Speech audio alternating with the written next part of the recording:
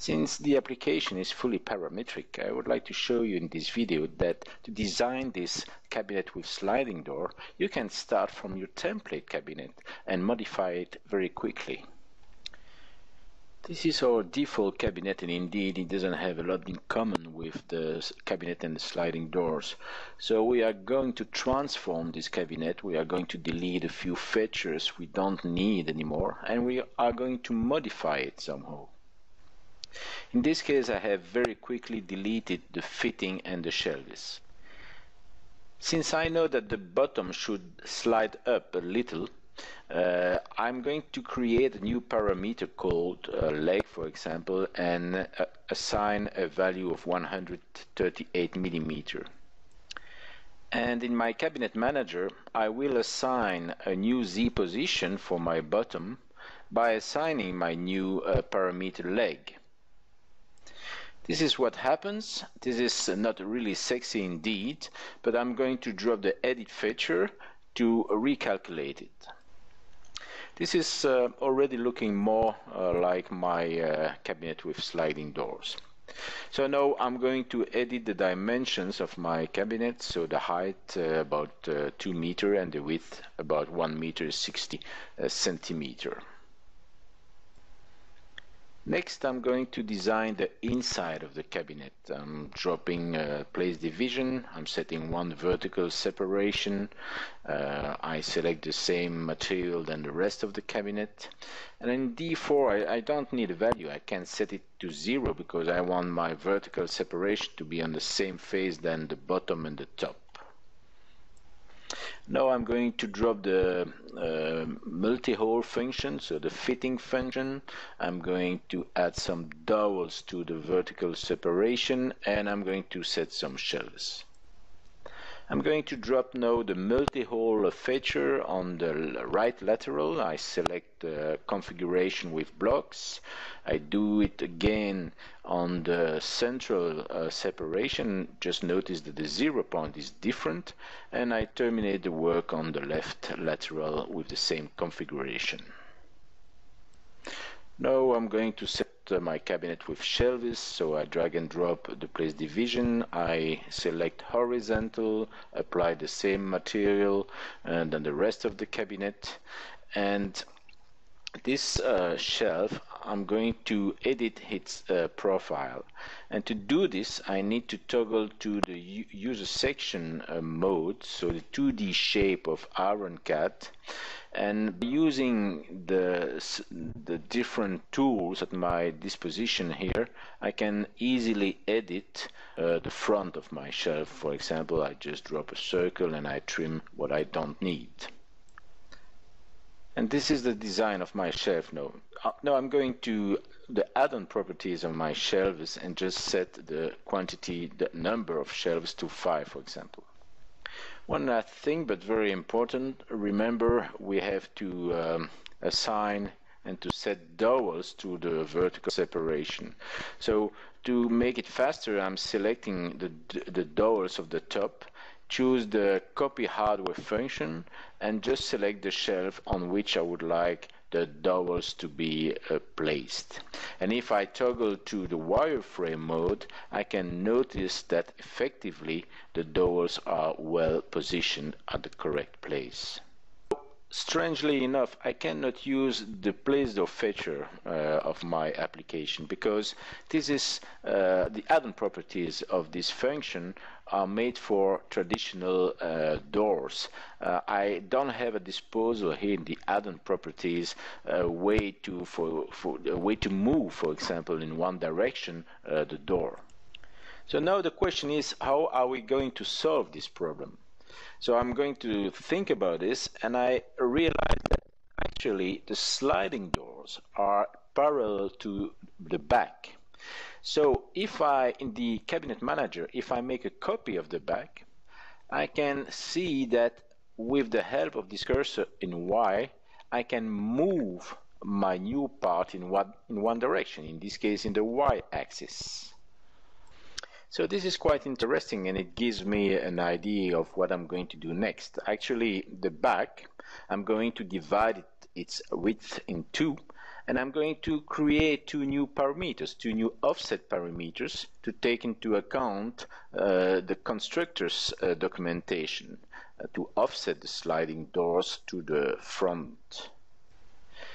Therefore, if you consider that one of the doors must be moving forward, I can assign my new parameter, and in the parameter in y-axis I can write that it is equal to the depth of the cabinet plus the offset. And now I notice that exactly the door is moving forward. I must now make some correction for the 0 point in the x-axis. And regarding the height of the door, the height of the door is equal to the height of the cabinet minus the height of the legs. And remember, I did create a parameter for this, so I can enter the formula into my parameters. And as a consequence, the result is that the cabinet is exactly like I want it to be. Now I need to update the width of the door, because the width of the door is equal to the width of the cabinet divided in 2.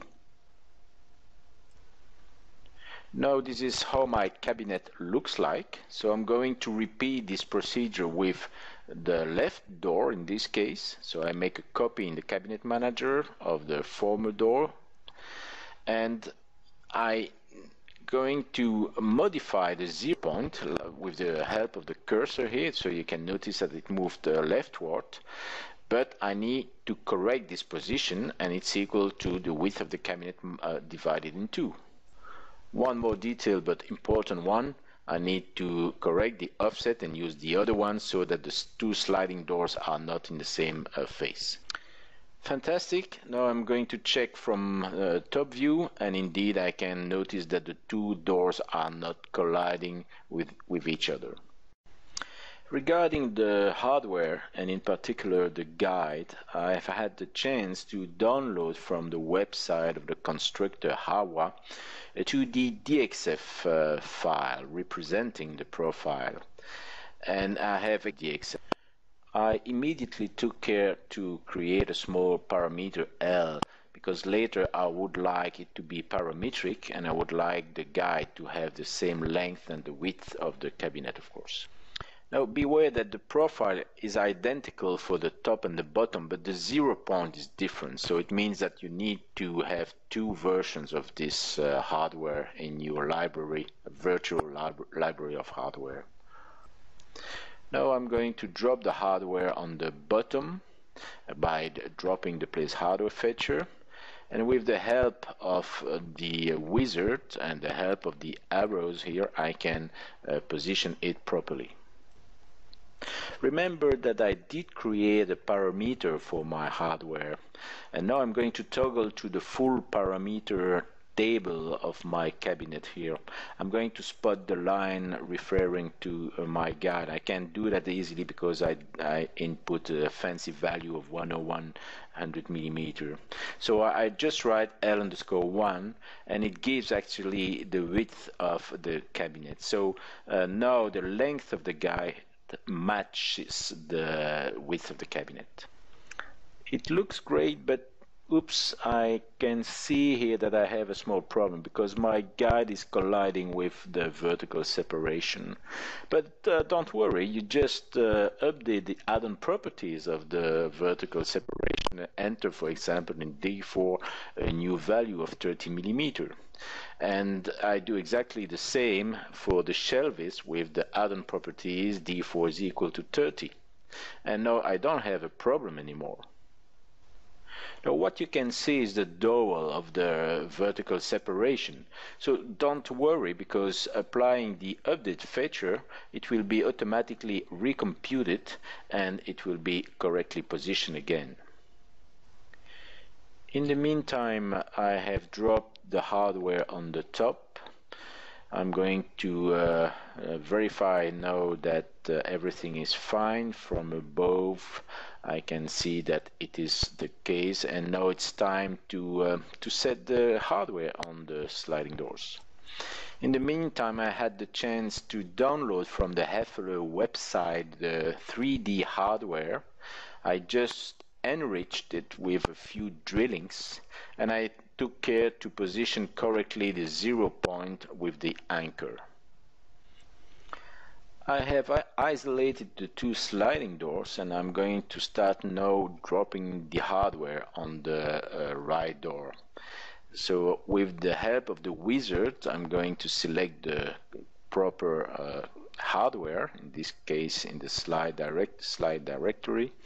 I set the value to 2 and the distance to 80 millimeter. And then I noticed that, okay, it's not on the right side of the door, but I just need to check the green arrow, the green position, and it comes in the right direction now. I just need to orient it properly with the help of the arrows, and that is correct now. Fine. Now I just need to do the same underneath and position a different hardware this time on the bottom of the door. And if I check my cabinet, I can see by myself now that effectively the top hardware perfectly matches my guide. And if I check underneath, I'm going to see exactly the same. So it is properly positioned now.